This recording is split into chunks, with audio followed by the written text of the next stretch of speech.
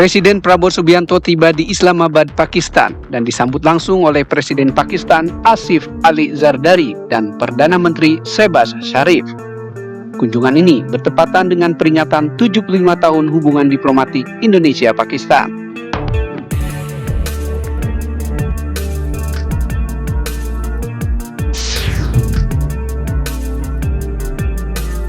Hingga hari ke-13 bencana banjir bandang, Desa Konyel di Aceh Tengah masih terisolir dan belum mendapatkan bantuan apapun. Bahkan mereka membersihkan jalan yang tertimbun longsor secara manual agar bisa dilalui.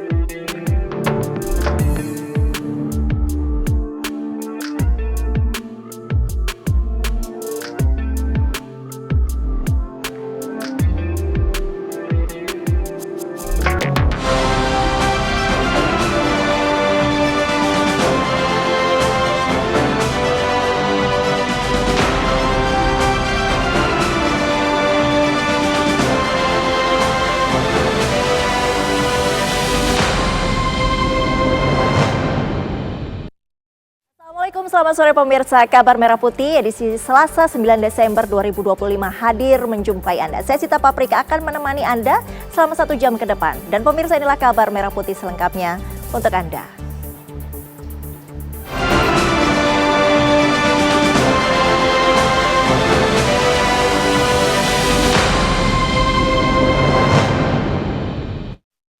Mulai kabar pertama, Presiden Prabowo Subianto tiba di Islamabad, Pakistan pada Senin sekitar pukul 12 waktu setempat untuk memenuhi undangan resmi Perdana Menteri Pakistan Shehbaz Sharif. Kedatangan Presiden Prabowo dan delegasi menggunakan pesawat kepresidenan disambut istimewa dengan dikawal 6 jet tempur JF-17 standar milik Angkatan Udara Pakistan. Setibanya di Nurkan Base Airport, Presiden Prabowo disambut langsung oleh Presiden Pakistan Asif Ali Zardari dan Perdana Menteri Shehbaz Sharif. Kunjungan ini memiliki makna historis penting bertepatan dengan peringatan 75 tahun hubungan diplomatik Indonesia-Pakistan. Kehadiran Presiden Prabowo juga menghidupkan kembali jejak sejarah persahabatan yang dimulai sejak kunjungan Presiden Soekarno pada 1950. Momen yang dikenang sebagai fondasi eratnya hubungan kedua bangsa.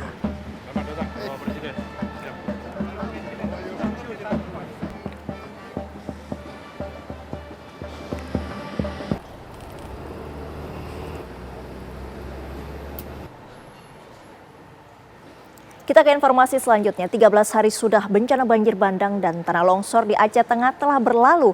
Namun ada 107 kepala keluarga dalam kondisi kritis di Kecamatan Bintang Aceh. Warga Desa Konyel hingga saat ini belum mendapat bantuan apapun sehingga harus memakan buah untuk bertahan hidup.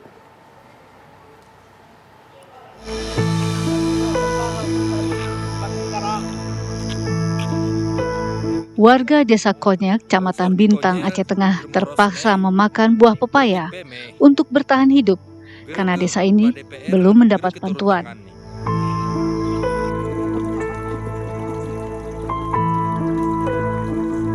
Kondisi desa yang tertimbun longsor membuat akses Desa Konyel sulit ditembus.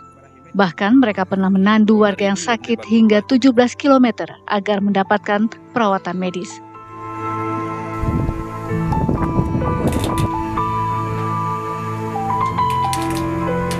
Warga pun berharap bantuan segera diberikan karena persediaan makanan semakin kritis.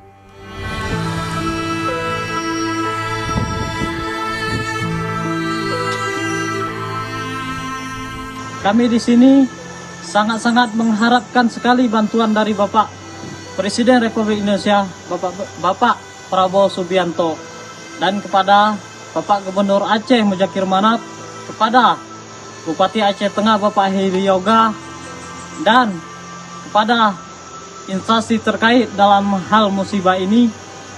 Maka kami di sini sangat-sangat merasa trauma, sangat-sangat merasa takut. Kami tidak punya apa-apa lagi. Akses jalan kami hancur, listrik semua padam. Maka kami mohon kepada Bapak Presiden Republik Indonesia dan jajarannya, bantu kami, tolong kami, karena kami tidak punya apa-apa lagi di sini.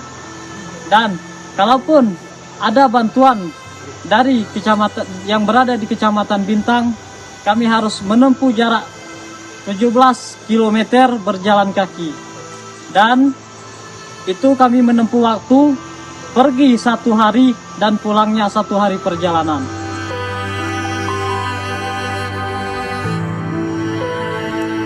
Hingga hari ke-13 bencana banjir bandang, Desa Konyel masih terisolir, belum mendapat bantuan apapun. Bahkan mereka membersihkan jalan yang tertimbun longsor secara manual agar bisa dilalui. Dari Takengon, Aceh Tengah, Haidir Azhar, Rahmat Rizky, TV One mengabarkan. Longsor di Konyel, Norosne, Pertik Meme, Gerete, Pak DPR, Gerete turun tangan. Sementara itu pemandangan kontras terjadi di lokasi bencana banjir bandang di Aceh Tamiang, Aceh. Di tengah lautan gelondongan kayu bawaan banjir, sebuah masjid masih berdiri kokoh menjadi saksi keganasan banjir bandang.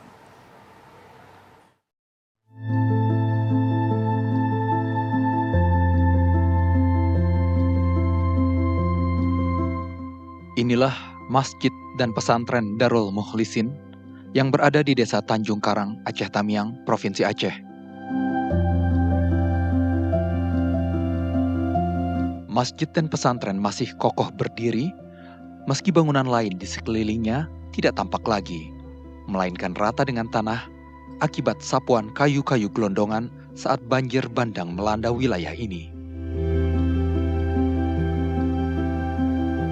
Permukiman di sekitar masjid kini lenyap, menyisakan masjid dan pesantren Darul Mukhlisin sebagai satu-satunya bangunan yang masih berdiri kokoh, termasuk rumah Agus Susanto. Rumah Agus hilang di bawah banjir. Agus kini mengungsi di wilayah yang aman, entah sampai kapan. Kalau dibilang kami di sini banjir bandang, karena kan banyak kayu hanyut tuh. Kayu hanyut bolok-bolok dari gunung tuh banyak yang hanyut tuh. Nah itulah, naik terus ya sampai ke atas ini Pak. Biasa dalam sejarah sini bukit ini nggak pernah kena. Baru tahun inilah kena dia. Waktu air sudah naik itu posisi Bapak sudah mengungsi atau masih di rumah? Mengungsi di sini. Itu ketinggian airnya berapa Pak? Kalau di sini ya ada selutut. Oh semeter. Kalau yang di rumah Bapak? Kalau rumah saya udah nggak nampak lagi. Rumah saya pun nggak punya rumah lagi habis dah. Itu kondisinya gimana? Ketimpa kayu atau seperti apa? Di bawah air. Di bawah air. Air kalau yang di belakang rumah Bapak ini habis dihantam kayu. Memang kayu balok tuh cukup banyak. Nah, memang kayu dari gunung kan mesti berakar-akar itu kayunya. Agus Susanto tidaklah sendirian. Banyak warga lain korban banjir di Kabupaten Aceh Tamiang yang masih terus bertahan di posko darurat yang mereka bangun sendiri. Dengan alat seadanya, tanpa adanya bantuan tenda dari pemerintah daerah maupun pemerintah pusat. Dari Aceh Tamiang, Provinsi Aceh, Ilham Zulfikar, TV One mengabarkan.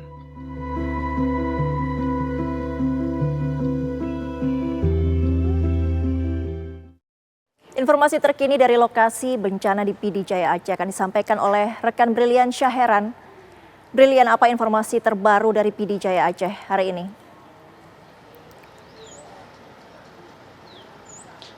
Baik Sita dan juga pemirsa, beginilah kondisi dari salah satu desa yang ada di Kecamatan Meredu di Kabupaten Pidijaya, yakni Desa Mayangcut. Seperti yang dapat Anda lihat melalui layar kaca Anda, Sita dan juga pemirsa, nampaknya pasokan meskipun sejumlah air bersih ini sudah masuk ke desa ini, tetapi nampaknya setiap hari ini semakin menipis. Sedangkan warga sendiri yang ada di sini memiliki banyak sekali perabotan maupun pakaian yang nampaknya ini harus dicuci, sehingga warga ini beberapa hari terakhir ini masih menggunakan air sisa banjir yang terdapat di selokan untuk kemudian dipergunakan untuk membersihkan pakaian.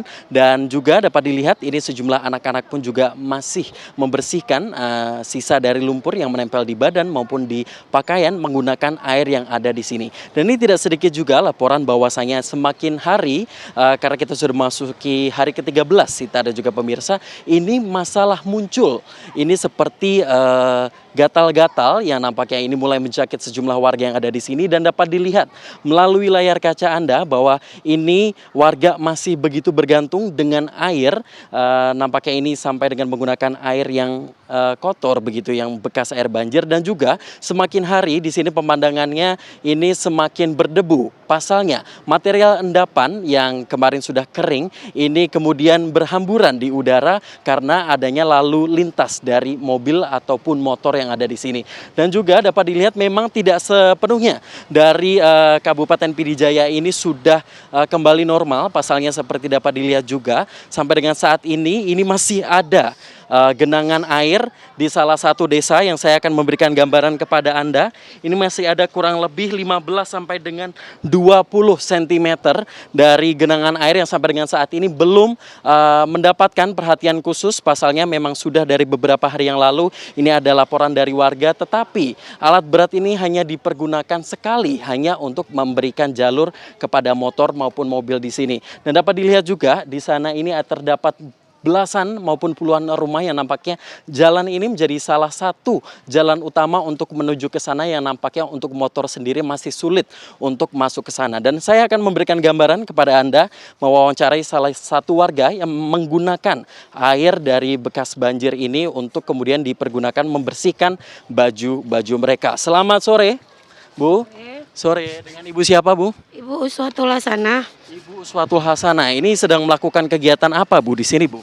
Lagi mencuci, Pak.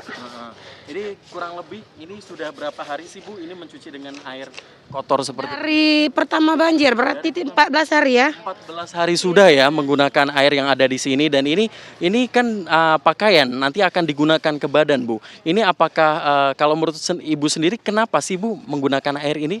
Karena memang tidak ada air bersih. Terus ini kan sudah ada beberapa air bersih yang masuk ke kampung ini begitu ya. Ini kenapa masih menggunakan air ini? Kebetulan kemarin masuk alat berat, jadi kami taruh di jalan. Jadi terpaksa kami angkat. Kami buang semua air bersih itu. Karena kan berat, nggak sanggup kami angkat. Ini kan menggunakan air seperti ini, setiap harinya terpapar dengan air banjir begitu ya. Ini sudah ada penyakitkah yang muncul, Bu? Ada, Pak, penyakit kulit seperti gatal-gatal, kaki pecah-pecah. Mungkin kalau Ibu sendiri adakah yang bisa ditunjukkan, Bu? Ada, Pak. Jadi kalau sejauh ini penanganannya dari Ibu sendiri sudah menggunakan apa, Bu? Ada beli salap juga, obat, nah kayak gini. Ini udah lumayan sembuh, kemarin merah semua.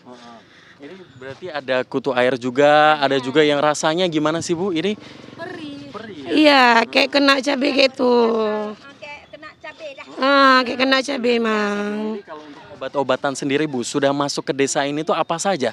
Alhamdulillah udah obat salap, obat minum itu banyak juga ada masuk. Baik, dan mungkin terakhir, Bu, harapannya, Bu, apa untuk desa Mayangcut sendiri? Apa bantuan yang paling dibutuhkan saat ini? Ya, pertama sekali alat berat, rumah-rumah itu, karena kami memang nggak punya rumah lagi, Pak. Ya, udah tertimbun semua. Sejauh ini Ibu sendiri tinggalnya di mana sekarang mengungsinya? Kami di Desa Mayangcut, Manasakrung Baro, Kabupaten PD Jaya. Baik, Ibu. Terima kasih banyak ya, Bu ya. Jadi begitulah Sita dan juga pemirsa, nampaknya warga ini masih menggunakan air sisa banjir untuk membersihkan sejumlah barang-barang maupun perkakas rumahnya. Dan juga di sini ini warga juga sudah membekali diri mereka menggunakan masker agar mereka ini terselamatkan begitu dari debu-debu yang nampaknya ini dapat mengendap begitu di saluran pernapasan mereka. Dan tidak sedikit juga masyarakat yang nampaknya ini mulai mengambil air bekas banjir ini untuk nantinya dipompa dan dipergunakan untuk membersihkan rumah mereka. Karena juga ini sampai dengan saat ini meskipun air bersih sudah masuk ke sini, tetapi belum cukup untuk membersihkan seluruh material endapan lumpur yang ada di sini. Listrik belum sampai dengan desa ini. Meskipun sudah, ini masih sebagian saja dan ini hanya untuk waktu-waktu tertentu. Untuk sementara demikian, Sita kembali ke Anda di studio. Brilian, langsung dari PD Jaya Aceh, terima kasih, tetap jaga kesehatan. Pemirsa, sepanjang ratusan meter jalan di Kelurahan Tuka berubah menjadi sungai berarus deras. Kami hadirkan informasinya usai jeda.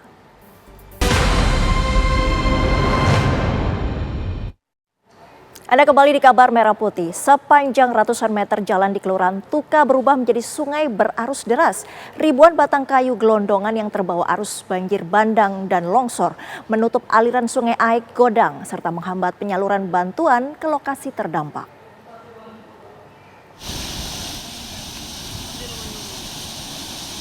Pasca banjir bandang yang melanda wilayah Tapanuli Tengah, jalan kabupaten sepanjang ratusan meter di Kelurahan Tuka berubah menjadi sungai. Ketinggian air yang merendam jalan hampir mencapai 1 meter. Ribuan batang kayu gelondongan yang terbawa arus banjir bandang dan longsor menutup aliran sungai Aik Godang.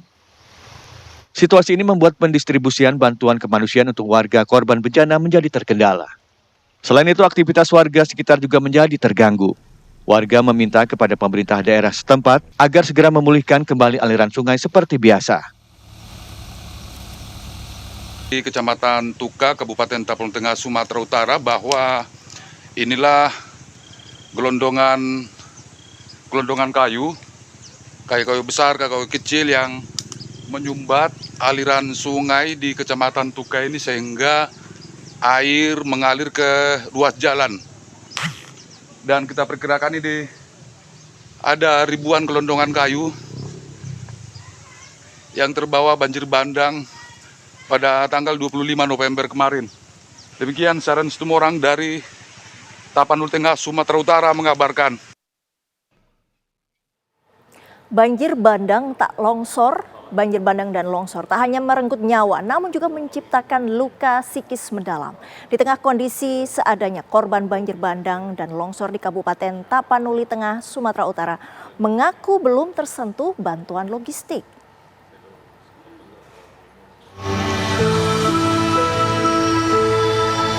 Banjir bandang dan longsor yang terjadi di Kabupaten Tapanuli Tengah, Sumatera Utara bukan hanya menyapu rumah dan jalan, tetapi juga merenggut nyawa, meninggalkan cerita pilu bagi para korban. Di balik angka-angka korban yang terus bertambah, ada wajah-wajah yang hilang, ada harapan yang retak, dan ada keluarga yang kini harus belajar kembali dari nol. Jupraini, warga Kelurahan Aik Tolang, Kecamatan Pandan, menceritakan kisah tragis saat ia dan keluarganya berusaha menyelamatkan diri saat terjangan banjir. Ia dan keluarganya menaiki truk untuk menyelamatkan diri ke lokasi aman. Jupraini bersama keluarga tidak ingin menumpang di pusat posko pengungsian di Gor Pandan, lantaran di sana sudah dipadati para pengungsi. Sementara di kampung mereka tak ada lagi posko pengungsian. Ia kemudian memilih tinggal sementara di rumah kerabat. Menyelamatkan diri, air sudah pagi, sudah segini Pak. Masuk nggak bisa, memang dari malam itu 1 senti lagi mau masuk rumah. Terus keluarlah kami jam 7 pagi, kami ke Simpang. Habis dari Simpang air meluap dari jembatan Fransiskus. Terus kami lari Pak, lari naik mobil truk itu. Kami tinggal di Dosmer ini Pak, ada dalam 1 minggu. Jadi sekarang ini 2 minggu. Iya, ini Pak. ibu tinggalnya di mana nih? Kami di Persjana Pak, di belakang Pak, di Aik Tolang. Emang rumahnya nggak bisa ditempatin? Sama sekali nggak bisa Pak, takut. Lagian lumpur masih di dalam segini Pak, selutut. Ini sekarang terus tinggal di mana Bu ini? Kami numpang lah di sini Pak, karena ini termasuk saudara juga kan ya, numpang di sinilah dulu. Karena di sini udah agak aman, udah agak dibersihkan Pak. Udah berapa lama Bu ini? Udah 2 minggu, seminggu 1 minggu lah di sini. 1 minggu di Dosmer, 1 minggu di sini lah Pak. Terus gimana bertahan hidup di sini Bu? Ya itulah kemarin sebelum ya ada yang ngasih beras, itulah yang kami makan. Kalau yang sebelumnya ya makan Indomie aja lah Pak. Kadang kami tahan makan nggak makan 1 hari. Seminggu pasca bencana menerjang, bahan pangan semakin menipis. Mereka bertahan dengan makanan seadanya. Hingga kini para korban banjir bandang belum juga mendapatkan bantuan dari pemerintah. Dari Kabupaten Tapanuli Tengah, Sumatera Utara, Saren Situmorang, TV One mengabarkan.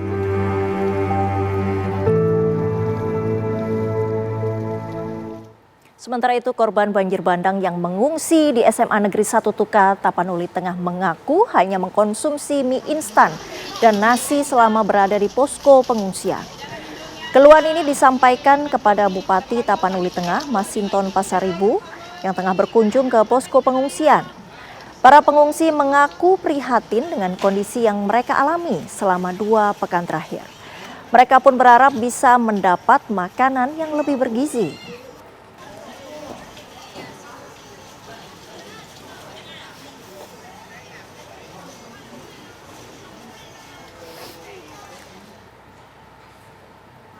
Informasi terkini dari lokasi bencana banjir bandang di Tapanuli Tengah akan disampaikan oleh reporter TV One Saren Situmorang. Sharon, bagaimana saat ini pasokan bantuan untuk warga yang ada di sana? Oke, Sinta, kembali dari Kabupaten Taput Tengah, Sumatera Utara, kami menyampaikan soal distribusi bantuan pangan, baik itu juga logistik lainnya memang sejak seminggu terakhir terus didistribusikan di 20 kecamatan yang ada di Kabupaten Taput Tengah. Memang persoalan distribusi logistik ini kita perkirakan memang tidak langsung merata karena ada kita katakan tidak terfokus karena ada pengungsi ini yang memang bukan tinggal di posko pengungsian. Mereka umumnya ada yang tinggal di rumah-rumah kerabat. Mungkin ini mereka tidak terdata.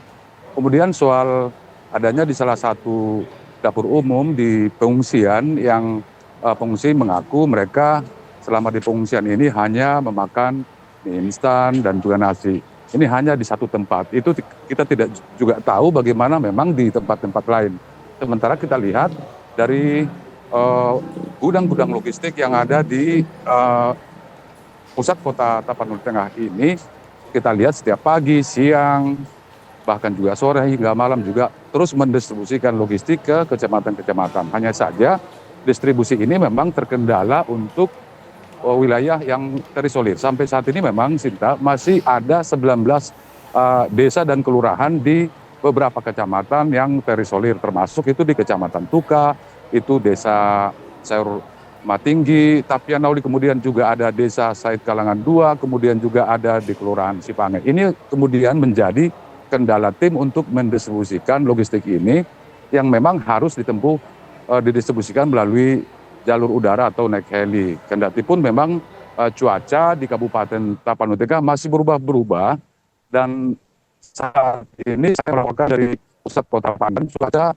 sudah mendung. Ini juga kita tidak tahu apakah memang akan turun hujan. Sementara di lokasi-lokasi yang terisolir masih banyak warga yang tinggal di sana. Itu kemudian Badan Penanggulangan Bencana Daerah ini akan melakukan evakuasi besok dengan menggunakan heli. Tapi ini masih punya skenario apakah memang bisa akan landas di desa terisolir tersebut, Cinta. Sharon, apakah 19 desa yang masih terisolasi ini sudah mendapat pasokan bantuan atau belum tersentuh bantuan sama sekali?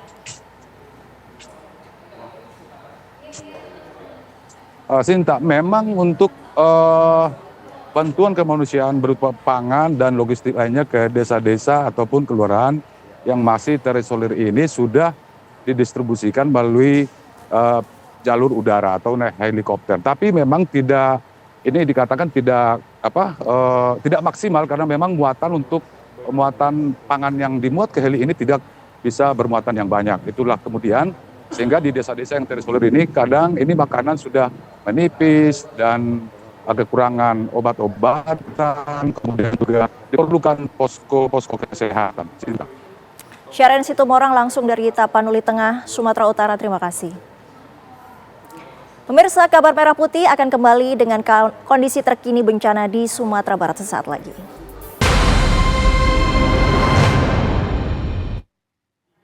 Pemirsa, urat nadi lintas nasional Padang Bukit Tinggi kini mulai mengalirkan harapan.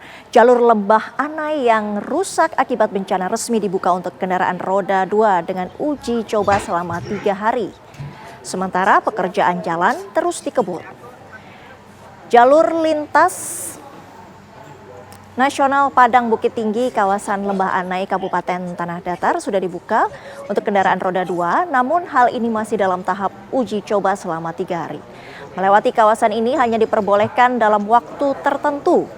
Dalam kunjungannya, Menteri PU Dodi Hanggodo mengaku jalur ini untuk sementara hanya bisa dilewati kendaraan roda 2. Hal ini tentunya dapat meringankan masyarakat dalam beraktivitas, namun masyarakat diharapkan mengikuti aturan yang telah ditentukan.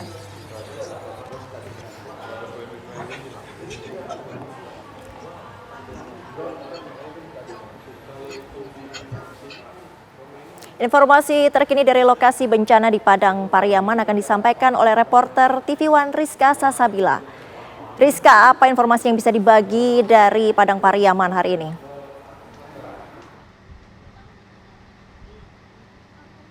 Ya, selamat sore Sita dan juga pemirsa. Adapun informasi terbaru yaitu penemuan korban dari banjir bandang yang terjadi di jembatan kembar Silayang bawah Padang Panjang, yang mana salah satu korban ini ditemukan oleh tim SAR gabungan di aliran Sungai Batang Anai, Korong Kasai, Kecamatan Batang Anai, yang mana ini menambah temuan jenazah ataupun korban banjir yang terjadi di jembatan kembar Padang Panjang, yaitu sekitar 45 orang, yang mana hingga kini tim SAR juga masih melakukan proses pencarian menggunakan ataupun penyisiran di sepanjang aliran sungai, baik menggunakan perahu karet ataupun juga anjing pelacak untuk mencari korban yang masih hilang. Adapun pemerintah Provinsi Sumatera Barat ini memperpanjang status tanggap darurat bencana alam yang terjadi di wilayah Provinsi Sumatera Barat dengan terhitung sejak tanggal 9 Desember sampai dengan 22 Desember 2025. Selain itu juga hingga kini masih ada 93 korban lainnya yang belum ditemukan, dan korban yang sudah ditemukan meninggal dunia itu ada sekitar 295 dan berhasil teridentifikasi yaitu 205 orang. Adapun untuk kondisi sekarang memang masih ada beberapa area di Padang ataupun Padang Pariaman ini yang terdampak, dan juga salah satu tempat saya mengabarkan ini masih ada di salah satu desa di Batang Anai yang terendam oleh lumpur sisa dari banjir bandang beberapa waktu lalu. Sementara itu demikian, Sita, saya kembalikan ke Anda di studio. Rizka, masih adakah wilayah yang terisolasi di wilayah Padang Pariaman?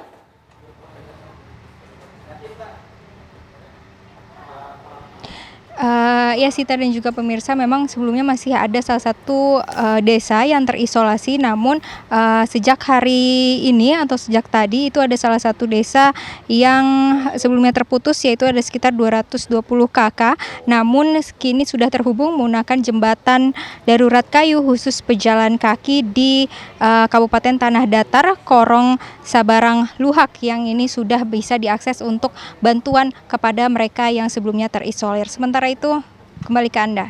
Rizka Sasabila langsung dari Padang Pariaman, Sumatera Barat. Terima kasih. Pemirsa, Festival Kemudahan dan Perlindungan Usaha Mikro digelar Kementerian UMKM di Kota Metro Lampung. Festival tersebut digelar untuk meningkatkan kualitas, kreativitas, dan daya saing pengusaha usaha kecil dan menengah.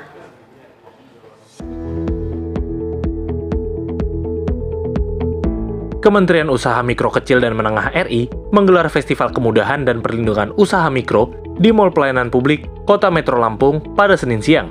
Festival yang merupakan kolaborasi antar kementerian ini diharapkan membuka peluang kerja baru sekaligus meningkatkan daya saing UMKM. Kementerian UMKM RI mendorong pengusaha UMKM untuk naik kelas dengan memberikan kemudahan dalam pengurusan legalitas usaha, meningkatkan akses pembiayaan dan perlindungan usaha bagi pengusaha UMKM, serta memperkuat ekosistem pemberdayaan UMKM baik di tingkat lokal maupun nasional. Berdasarkan data Kementerian UMKM RI, bahwa di Provinsi Lampung telah tersalur 9,5 triliun kredit usaha rakyat kepada 180.000 UMKM pada tahun 2025. M. Riza Damanik menegaskan bahwa pinjaman kredit usaha rakyat mulai dari 1 juta hingga 100 juta rupiah tidak boleh dimintakan agunan tambahan. Apabila ada pihak bank penyalur KUR yang melakukan pelanggaran, maka pemerintah tidak akan membayarkan subsidi KUR. Yang tentunya kalau kita lihat dalam 1 tahun terakhir, pengalaman kami mengatakan bahwa intensitas kerja-kerja pendampingan pemberdayaan UMKM di Provinsi Lampung, khususnya di Kota Metro ini sangat baik. Nah, tentu ini menjadi satu indikasi bahwa UMKM di Provinsi Lampung, khususnya di Kota Metro, itu memiliki daya saing yang cukup baik, upaya pencatatan pembukuan yang semakin baik, ya, kemitraan-kemitraan juga semakin baik. Nah, untuk itulah kami di sini hadir, ya, dalam kerangka untuk mendorong, mendampingi, memberdayakan, ya, sinergi kolaborasi lintas kementerian lembaga. Hari ini itu hadir tidak kurang dari 29 kementerian lembaga, BUMN, pemerintah daerah, BUMD maupun swasta serta asosiasi yang hadir. Jadi bayangkan bagaimana ekosistem kolaborasi ini berhasil meningkatkan produktivitas UMKM. Melalui festival ini, pemerintah berharap UMKM tidak hanya mampu bertahan, tetapi juga naik kelas dan siap berdaya saing di pasar global. Acara ini tidak hanya menjadi ruang promosi produk kuliner, tetapi juga menjadi tempat bertemunya komunitas UMKM dengan masyarakat luas. Dari Kota Metro Lampung, Pujiansyah, Sony Samanta, TV One mengabarkan.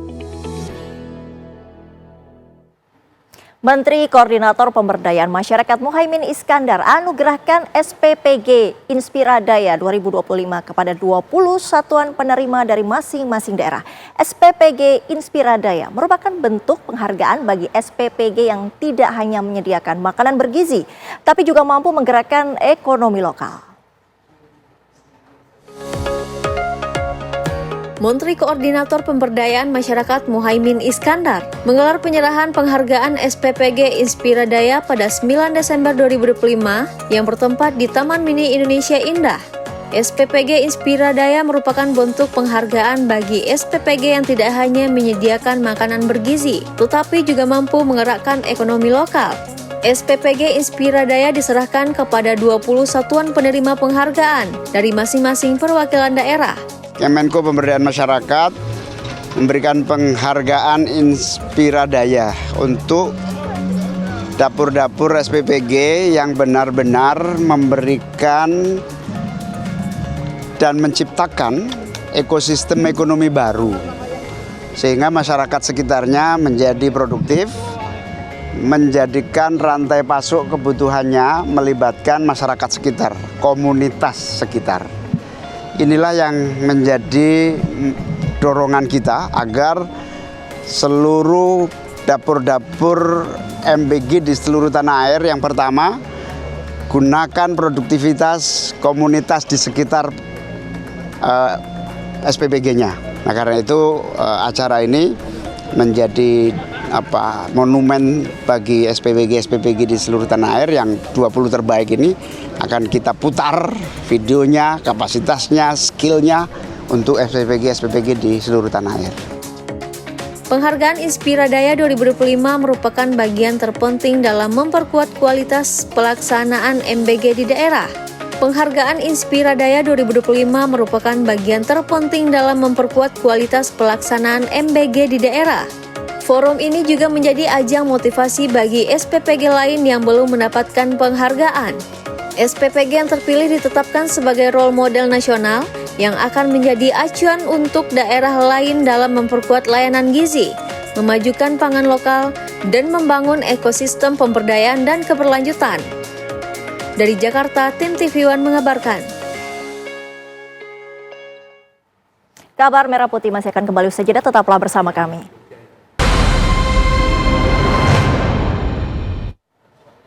Pemirsa, belasan orang terjebak dalam kebakaran di gedung perusahaan jasa pesawat tanpa awak drone di Jalan Lejen Suprapto, Kemayoran, Jakarta Pusat, Selasa siang. Titik api yang berada di lantai bawah mengakibatkan sejumlah karyawan panik dan terjebak di atas lantai gedung. Kita langsung update informasi dari rekan kami yang ada di lapangan. Ada rekan Yoga Kuspratomo. Yoga, bagaimana kondisi terkini di sana? Kita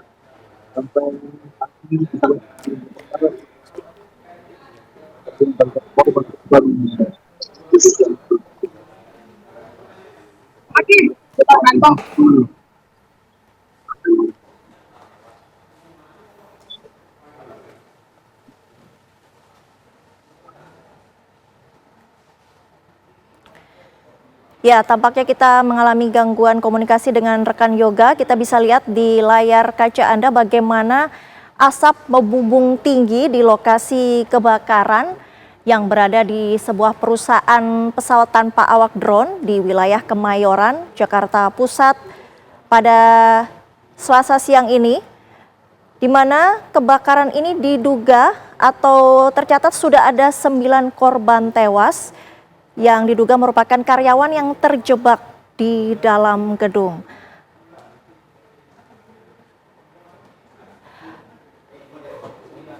Tampak di layar kaca Anda bagaimana karyawan yang berusaha dievakuasi dari gedung yang masih mengeluarkan asap di wilayah Kemayoran. Tim pemadam kebakaran pun tengah berjibaku untuk memadamkan api.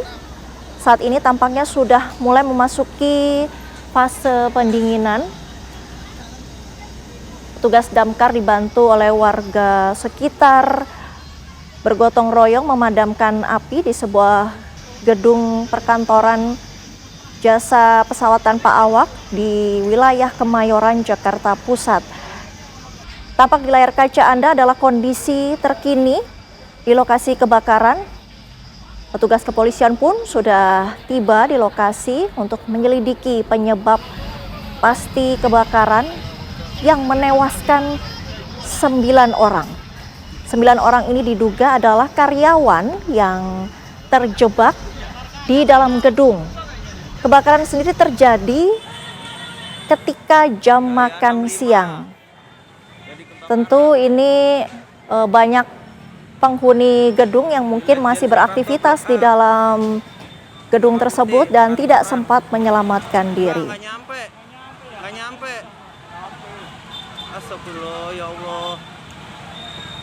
Asap pun masih tampak dalam proses pendinginan di lokasi di wilayah Kemayoran, Jakarta Pusat.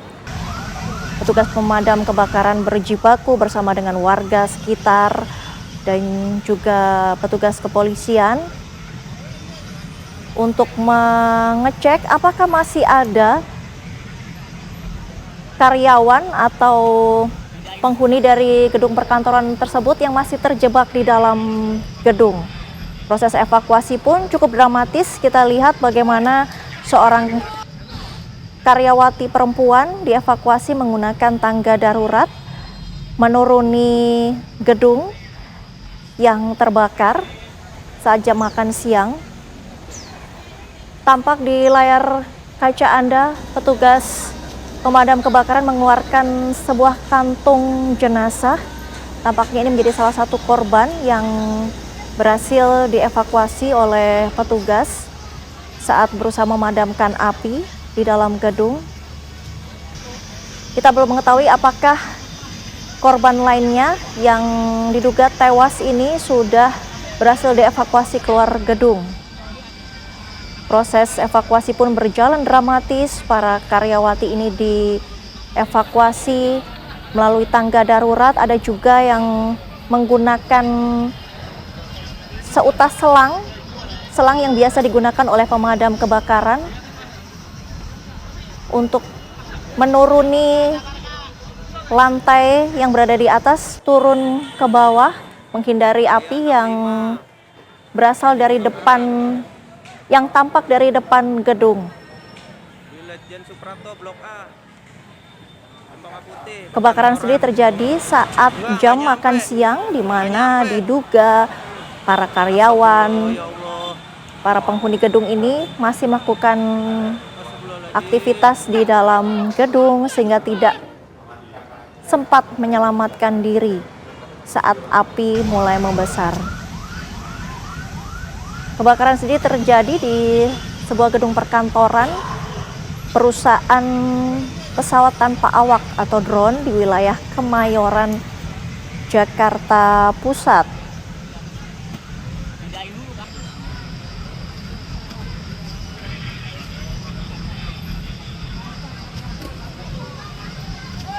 Tepatnya di kantor Teradrone di Jalan Letjen Suprapto nomor 2 hingga 3 Cempaka Baru, Kecamatan Kemayoran, Jakarta Pusat. Hingga kini petugas pemadam kebakaran masih terus berjibaku di lokasi kebakaran. Kami belum bisa mendapatkan informasi pasti apakah sudah semua titik api sudah berhasil dipadamkan atau masih ada titik api yang menyala.